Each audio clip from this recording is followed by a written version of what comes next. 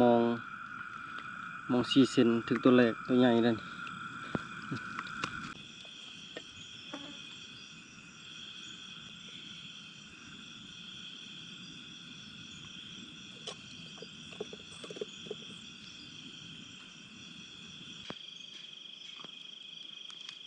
เรียบร้อยแล้วพี่น้องนี่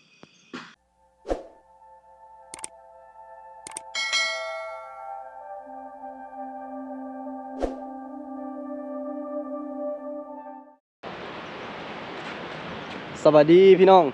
สวัสดีตอนเช้าอันนี้คือบรรยากาศตอนเช้าเลยพี่น้องเลยตอนนี้7 โมงกับ34 นาทีนี่อยู่แกงลีนคือเก่าคือเดิมพี่น้องนำลงลายแล้วเมื่อคืนนี้ก็มาสะนำเหือแล้วก็มาเบิ่งเหือยันว่านำลงปะนะยันมันข้างอยู่เทิงหรือว่ายันเหือล่มเหือยังนั่นแหละเพราะบ่ได้มาปลาก็อาทิตย์ปลายแล้วบ่ได้มาจอบเบิ่งเมื่อคืนนี้มาจอบเบิ่งเผื่อพุ่นแหละมื้อนี้มากับเบาพางสบายดีเบาพางสบายดีผมเองพี่น้องเปลี่ยนแผนแล้วบ่โดยคือว่าสิเอาเมียตอนนั้นว่าที่มันยังก็8 ค่ำยังบ่มีเงินอยู่เลื่อนอีกแม่นเลื่อนอีกเลื่อนก็ได้เนาะเลื่อนได้อยู่มีแต่ว่าคอแล้วก็เลื่อนมือเอาเลื่อนมือเอาโอเคพี่น้อยพุ่นแหละเครื่องของมา2 คนในขนาดมา2 คนนี่เต็มเหืออยู่มองนี่1 2 3 4 สอบปุ๊มอง4 สอบนำกินตุก1แล้วก็พวกเบ็ดพวกยังหม้อ1หม้อแกงเครื่องของหลายสิ่งหลายอย่างพี่น้องมีดผ้าบอกผ้าบัดแล้วก็เต้นเป้มองอันนี้ก็มองแบบมองเก่ามองใหม่สะสมกันไม้กับไม้แบบบริสุทธิ์ไม้นะมีแต่แบบว่ามองตัวซ้อมแล้วตัวซ้อมบ่แล้วแบบนี้นะเอาเครื่องลงก่อนพี่น้องเลยพุ่นแหละลงใส่เหือแล้วก็ลุยเลย2 คนตอนนี้นำบกลงแหงลายแล้ว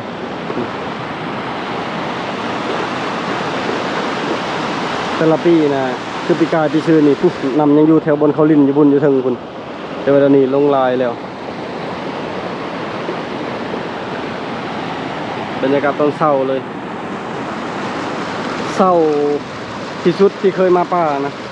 ปกติซ้ำนี่มันยังไม่ทันออกแต่บ้านส่วนลายออกจะบ่ายโมง2-3 โมงคุณ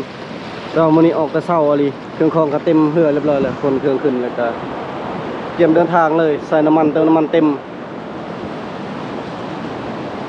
บรรยากาศอยู่แกงลีนตัวเปล่าๆกัน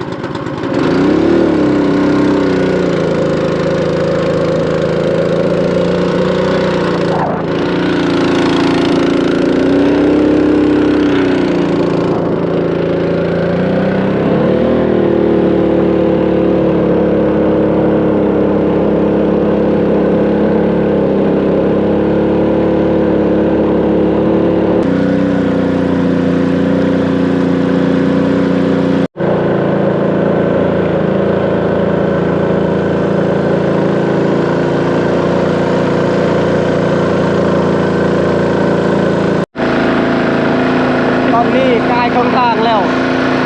ค่อยๆไปขับเรือกับขับซ่าเพราะเพิ่นบ่ได้พาวมื้อนี้ไปโฮดก็น่าจะได้ใช้โมงไว้ก็ได้พี่น้องเอ้ยใช้โมงไว้แล้วก็จึงไปหากินเพราะว่ามา2 คนเลยไปนำกันนะใช้โมงก็ใช้นำกันไปหากินก็ไปนำกันตอนนี้บ่ได้ซึ่งกับพัดลม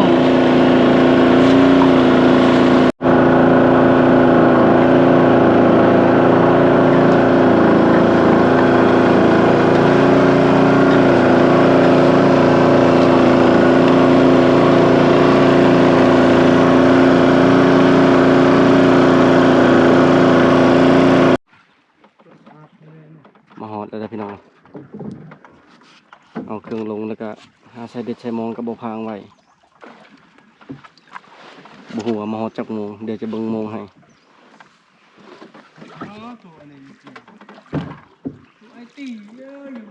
โดนเลยเพราะว่าออกจากป่ากับพอเสียวแต่มือวันที่ยังวะแต่มือวันทิศก่อนพุ่นมาให้ชุกบุจักนะจอดบางนั้นพังของพุ่นแหละบันไดขึ้นง่าย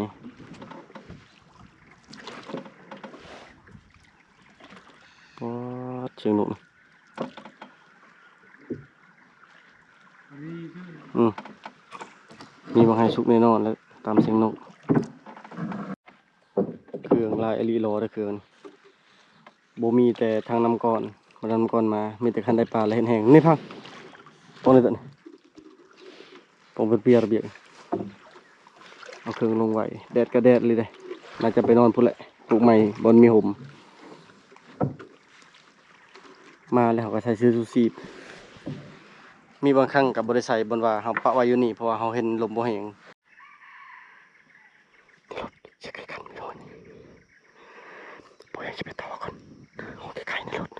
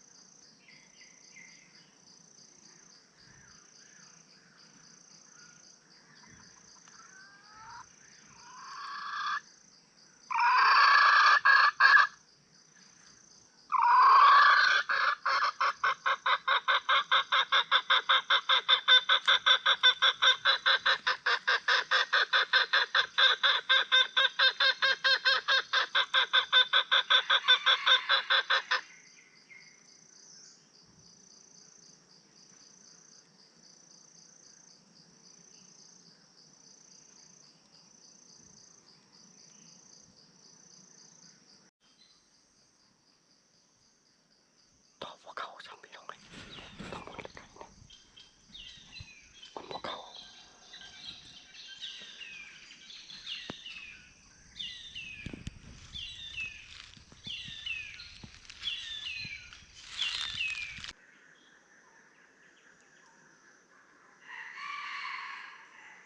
ไปนานเลยพี่น้องไปชิคาโมยแล้ว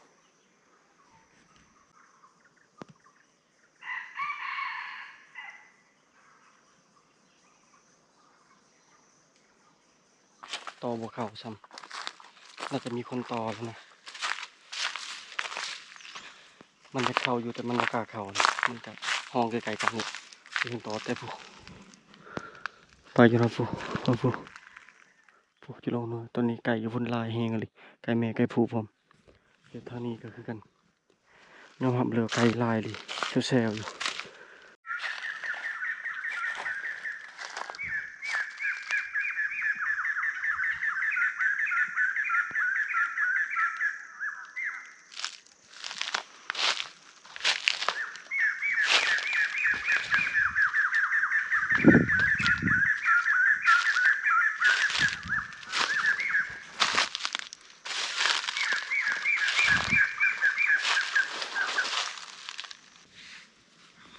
มาหอตั้งแต่9 โมงปลายจนตอนนี้10 โมงปลายแล้ว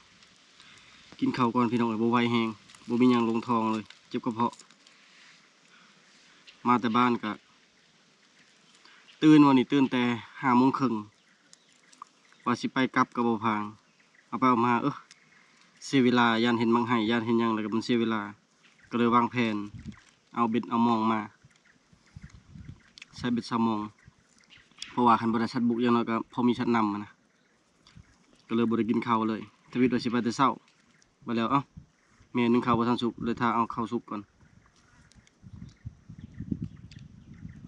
มาเด้อพี่น้องกินข้าวมันน้ำกันมันด่างจำแจ่วปั่นน้อยหนึงแล้วก็สิลงใส่หม้อไว้ใส่หม้อเรียบร้อยแล้วจึงไปหากิน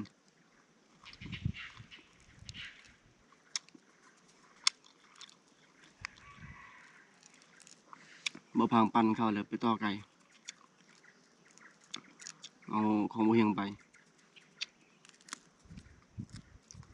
เบิ่งว่าพันบ่พังสิมานหรือ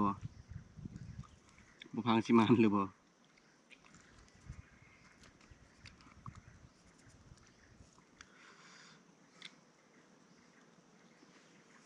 ไก่ลายก็อยู่บ้านอีก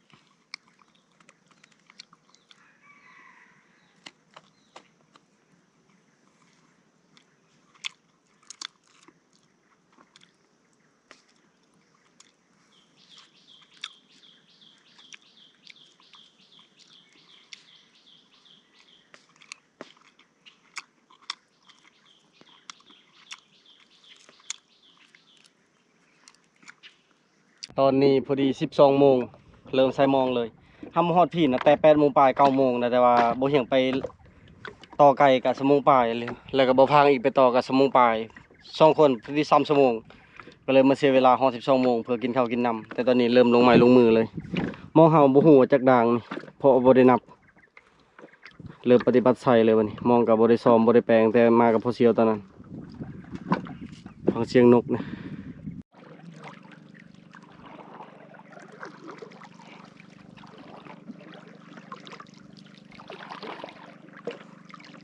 มองบ่ได้ซ้อมมันเลยยุ่งขนาด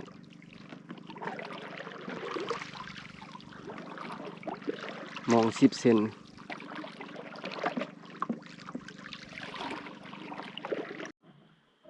ตอนนี้แล้วไป2ด่างอยู่พุ่นแม่นมอง10เซนอยู่พี่แม่นมอง20เซน2ด่างใหญ่มองนี่คือมอง20เซนนี่ก็เฮาเอิ้นหัด10แล้วตัวมองตัวพุ่นมอง10เซนนั่นคือบ้านเฮาเอิ้นว่าหันหาก็ปลาซ้ำนี่นะหันหาแล้วก็10เซนอยู่พุ่นอยู่พี่ครับ20เซนความลึกนี่แม่น100ตาแล้วก็ความยาวนี่แม่นด่างหนึ่ง180เมตร2ด่างนี่ก็300ปลาย360เมตรแล้วก็เฮาต่อเสือกอีกตัวนี้ไปพุ่นนั่นนะแล้วใช้ปิ้วนั่น5อันเพราะว่าพันมานี่เฮาใส่น้อยหนึงแหละมันบางเทื่อใส่น้อยหนึงบางเทื่อบ่ได้ใส่เลยแหละมันไปเกาะกับไม้อยู่ลุ่มแต่ว่าเฮาใส่นี่ก็คือกลางลำห้วยแต่เพราะว่าห้วยไหลมาแต่ผู้ขดมาพี่มาพี่ผู้ไปพุ่นเลยอันนี้บ่เคยใช้จักเทื่อเท่านี้พันมามีแต่ใช้ตัดห้วยใช้แบบพี่ใช้ตัดห้วยแบบนี้แล้วก็ใช้เลาะพังบัดนี้คันแล้วตัวนี้แหละเฮาจึงไปใส่ตัวมองน้อยต่อบัดนี้มองน้อยก็คือเฮาสิเลาะใส่ตามพังไปนั่นใส่ไว้บ่ฮู้ว่าสิแล้วจักโมงแล้วจึงไปหากิน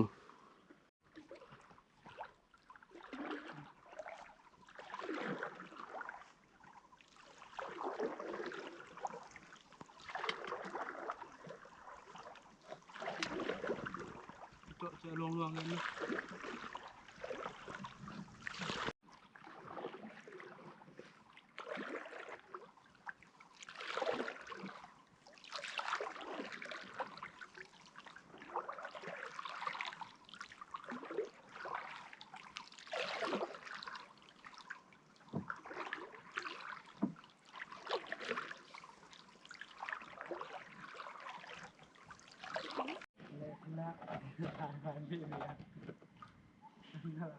มาใส่ด่างที่5แล้วได้บัดนี้ใส่แล้ว4ด่างต่อด่างที่5บ่แม่นใส่แล้ว3ด่างว่าผิดมาต่อด่างที่4มองเมื่อกี้นี่นะมอง6เซนมองตัวนี้นะมอง4เซนมองน้อยสุดแหละและบัดนี้ยังเหลือในกระสอบบ่ฮู้จักด่างและในธงเหลืองนะด่างหนึงคือคอยใส่มองตัวนี้น่าจะถึกหลายอยู่แต่ว่าปลาขับคลองก็ถึกสั่งตัวนั้นแหละเพราะว่ามองน้อยโพดมอง2เซนปลาซ้ำ2นิ้ว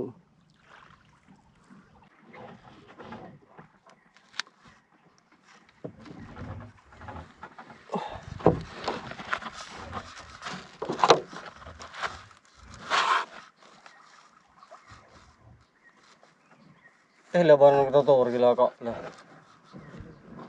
Nên đây đi đường tao bong đây đi đó. Mà chụp tao kia đó. พี่มันจะเอาอยู่เลย Hả? แล้ว Chỗ tao đó, chỗ một gật xong. ตอนนี้ดังที่5แล้ว มองน่าจะหู้แล้วตอนนี้นะมองปิวนั่น6ดังตัวในกระสอบบ่ทันลงมือกะมองปิว6ดังคันถึกนี่กะคันยามปลาออกเลยได้ลายอยู่ได้เป็นแยงพุ่นแหละแต่ว่านี่บ่มั่นใจเพราะว่ามันหากระแดดมื้อนี้แล้วนี่นิ่งคักมื้อนี้นะกังหันลมก็หากระมุนเมื่อกี้นี่มุนแต่2ใบกังหันแล้วก็บ่มุนเลย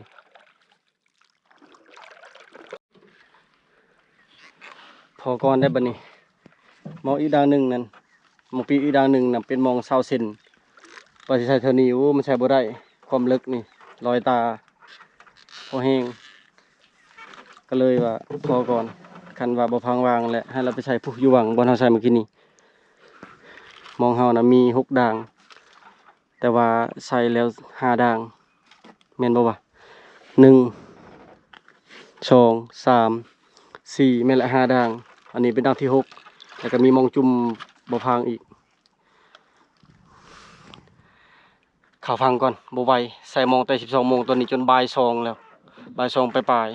ๆตอนนี้ใส่มองเกือบแล้วมีแต่บ่ฮึงปั้นข้าวแล้วก็ไปหาละแรงยันบ่มีหยังกินนะเพราะว่าอย่างน้อยก็บ่ได้ชัดบุกก็เพราะได้ชัดน้ำบ่ได้ชัดน้ำก็เพราะได้ชัดบุกอะนะคือเขาใส่มองไว้แล้ว5ด่าง5ด่างนี่นะเป็นมอง10 เซนด่างหนึ่ง20 เซนด่างหนึ่งแล้วก็6 เซน6 เซนนี่แม่น2ด่างอัน6 เซนนั่นด่างหนึ่ง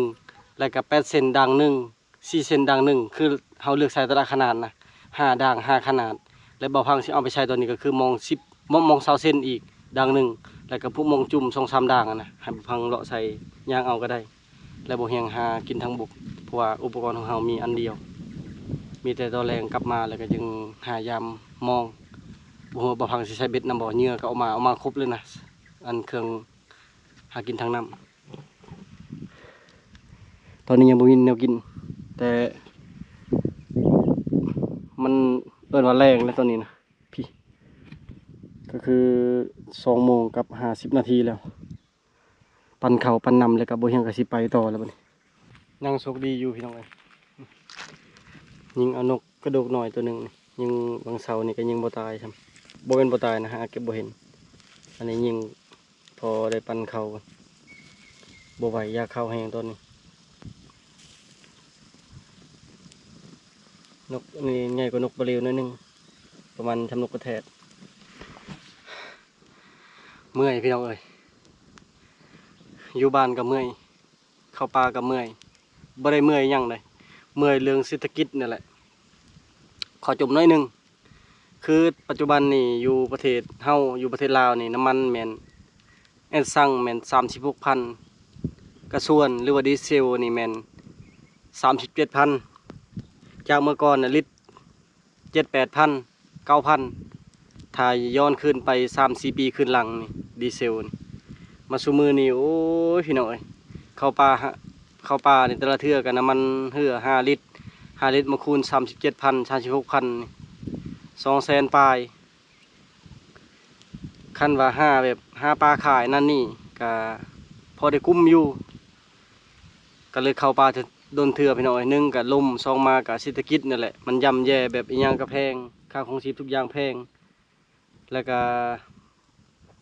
บวกกับบ่มีหมู่คู่เข้ามาแน่ก็เลยบ่ได้ค่อยเข้าป่าแถมสัญญาณเน็ตลงคลิปก็ช้าเดี๋ยวนี้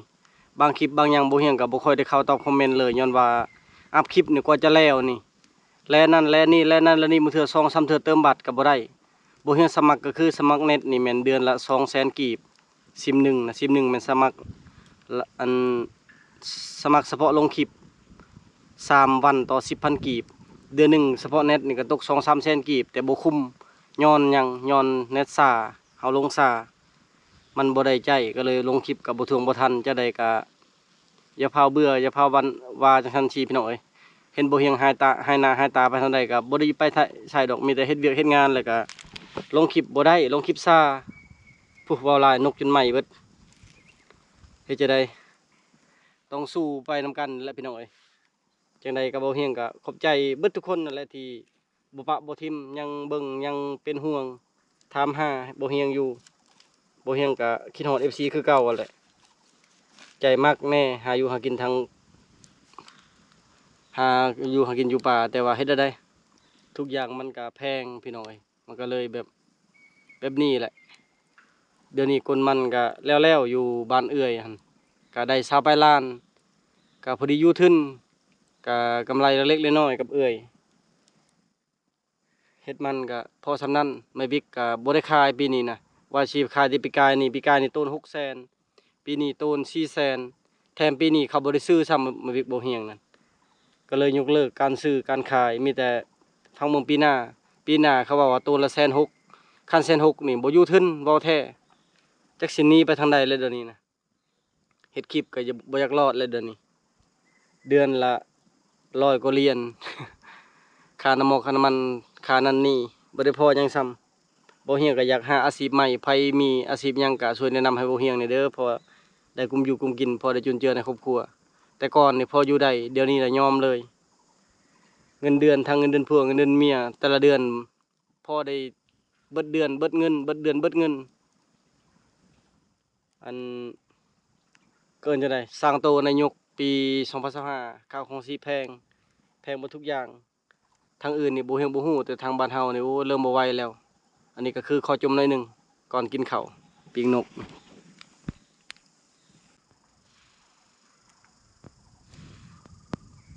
เพราะว่าปิ้งนกกับไม้เบิดข้าวก็แห้งกระแดงทึกแดดมาพี่น้องมากินข้าวหอบซองบัดนี้ปั่นข้าวก่อนบ่พางก็ใส่หม้องบ่เฮงกำลังสิขึ้นไปพอดีเห็นนกบินผ่านหน้าแถวนี้ก็เลยจัดซะเพราะว่าปั่นข้าวหน่อยหนึงเมื่อเช้านี้นะกินกับจีมัน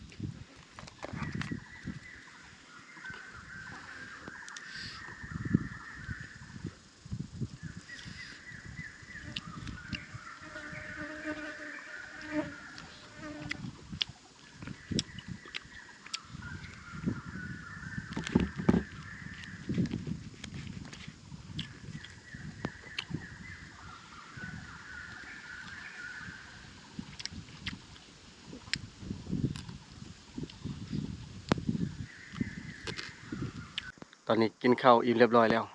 บ่เฮียงก็สิลุยแล้วได้คือทางบกอีกทางนำก็คือจุไว้ก่อนมีแต่ตอนแรกมาพอกันตอนนี้บ่พังใส่หมองโป๊ใส่กายบนใส่เมื่อกี้นี้อีกไปพอกันยามแรงบ่ได้พี่น้องเอ้ยมาฮอดแคมป์เปลี่ยนเครื่องตอนนี้ลงไปยามหมองยามพอได้กินได้ยามบ่หลายดอกยามประมาณจักเบิ่งก่อน2-3ด่างนี่พอซำนี้พอลมแน่ยามยากมื้อนี้เฮ็ดเวียกแต่เช้าเลยบ่ได้พักแต่5 โมงเช้าจนเท่า9 โมงแรงแล้วตอนนี้มอง4 เซนถึงตัวแรกตัวใหญ่เลยปลาพอดีโมง 3หรือว่าโมง6 เซน 8 เซนยามเกือบครึ่งแล้วโมงติดเลยยามบ่เบิด มันติดแล้วบ่อยากดึงมือเสาพุ่นแหละตัวที่สองมองตัวนี้บ่พังยามแล้วบ่พังหากระบอกโอ้ยผีบ้าอะไรบ่พังนี่ยามแล้วยั่วมายามอีกได้แต่2โตแต่ยามบ่เบิดซ้ำนะมันคลองมันติดอยู่ทางลุ่มพุ่นแหละมื้อจึงแปลงคลองลายติดลายล่มตอนนี้ เสียดายดีพี่น้องเอ้ยตอนใส่นี่อากาศนิ่งคือหยังบัดนี้แหละเจอลมนี่เมื่อกี้นี่บริทายทำมองดังนี่นะได้3โตปลาสูตร2แล้วก็จักปลาอย่างตัวหนึ่งมองดังนี่นะถึก3โตมองกี่นี่นะมองบุพยามแล้วนี่ถึก2ได้5โตซับสิกินอยู่2คนปลาอันนี้จักปลาอย่าง2โตเนี่ยบ่ฮู้สึกอันนี้ปลาสูตรได้5โตยามบ่เบิด2ด่างนี่ลมแห้งอะลิเบิ่งมองไปเกาะทั่วที่เพราะว่าบ่ได้ใส่หินถ่วงบ่ให้มองมันปลิวไปมาสมมองปลิวอะลิบัดนี้ปลิวไปตามลมเลยจักเรือจักหยังคลองไปทั่วที่ลมบังแห้งตัวนี้นะกลับก่อนพูดแหละกลับไปหาอยู่ก็กินยามบ่เบิดจำมีแต่ไปมื้อเช้าพูดแหละจักสินิ่งจักสิบ่ลมนี่ก็ปลาเฮาได้แต่5โตนี่ปีงปลาก่อนบ่พังเราสิลงไปอาบน้ำเบิ่งมื้อนี้เห็น FC เว้าคือเวลาเฮ็ดกินคือเวลาเฮ็ดกินหรือว่าปิ้งปลาได้ปลานั่นนี่คือบ่เซาะเก็ดลองเซาะเก็ดเบิ่งมัน จริงก็แล้วแต่ความมักของพี่น้องเอ้ยคันว่าใจฮ้อนนี่กับมักแบบส่วนหลายจะมักปิ้งแบบปิ้งสดๆเลยนะบ่ซอกเก็ตแล้วก็บ่ใส่บ่หยังเลยแต่มันก็แล้วแต่กรณีนะเกลือแล้วก็ปิ้งไปนั่นมันก็รสชาติแบบนึง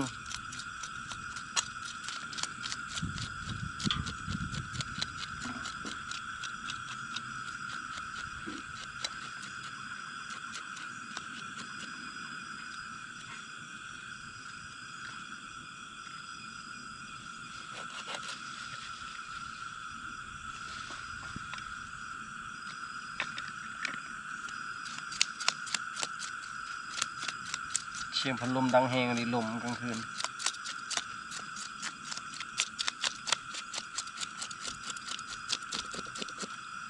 เอาเคี่ยวมาพี่เนี่ย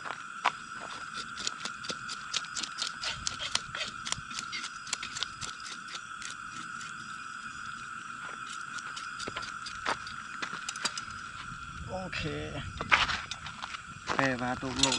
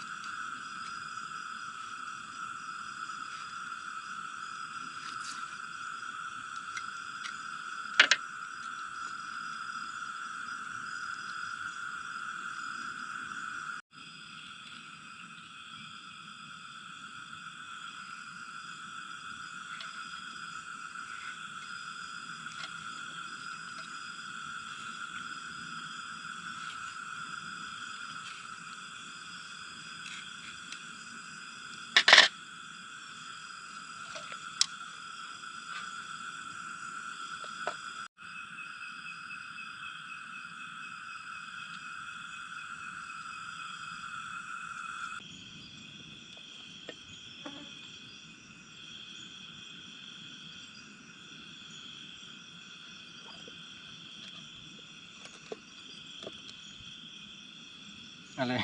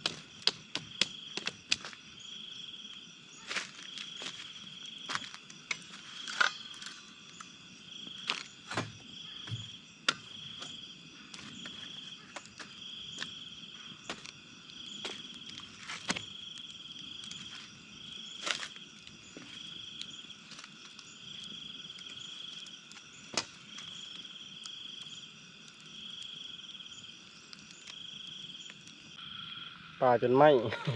ไหมครั้งหนึ่งเพราะว่าเมื่อกี้นี้โบเฮียงนั้นไปจับคันคากให้เอื่อยอยู่บางปะเสียเอื่อยเมฆขมวนนะเพิ่นอยาก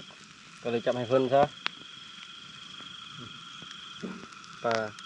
จนไหมปีก5 ตัวทุกเรียบร้อยแล้วเด้อนะเตรียมกินข้าวดึกเลยดึกพอสมควรแล้วตอนนี้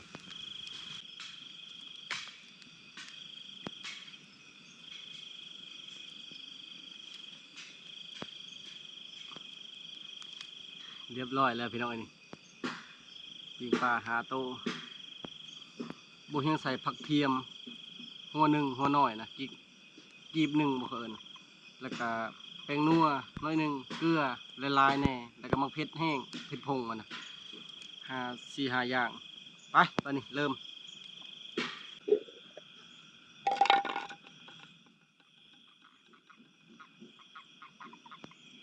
กินปลาใหญ่ก่อนวันนี้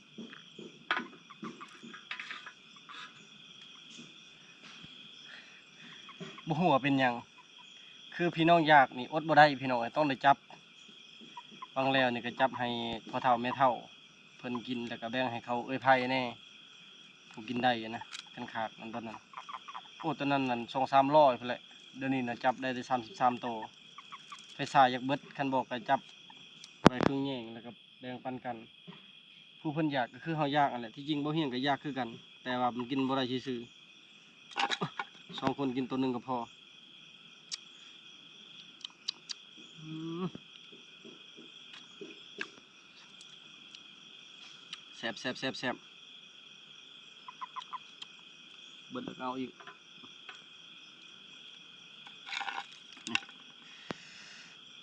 หากินอยากได้หลาย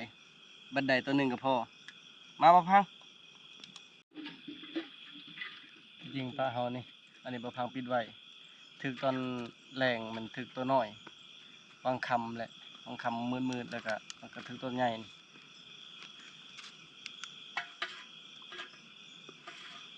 กินตัวเดียวก่อนตัวนี้ไว้กินมื้ออื่น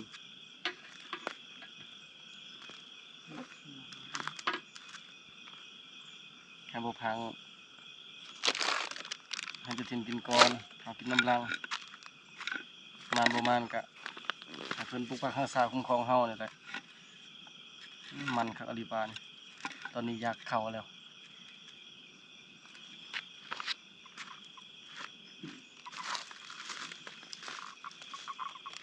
เปื้อนดีเลยโอ้ขออนุญาตนั่งก่อนกินยองๆจะได้เอาบ่คือ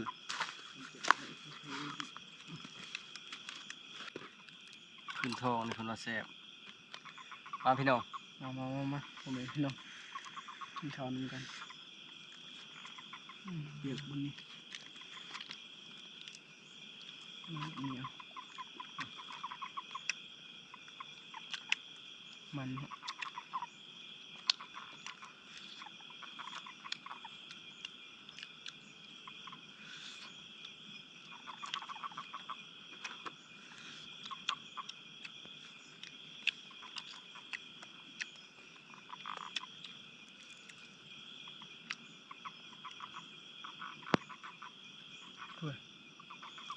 ไก่ขันเมื่อคืน ว่านำเนี่ยเบิ้ล เบิ้ลบ่พางอิ่มแล้วโอ้กินกระคักก่อนต้มใจแล้วพี่น้องเอ้ยดุนๆแล้วบ่ได้กินปลาเนี่ย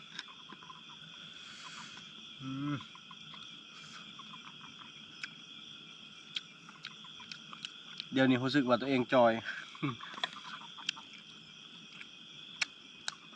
กินข้าวบ่ตรงเวลาเรียกนั่ง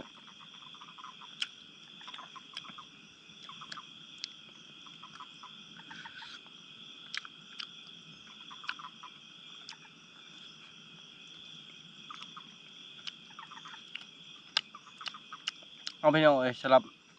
คลิปวิดีโอนี้ขอจบไว้เพียงเท่านี้ก่อนอื่นก็ขอขอบใจพ่อแม่พี่น้องเบิดทุกคนที่เป็นกำลังแห่งใจให้บ่เฮียงถ้าติดตามไปเบิ่ง EP มื้ออื่นเช้าพี่น้องเอ้ยขอขอบใจบาย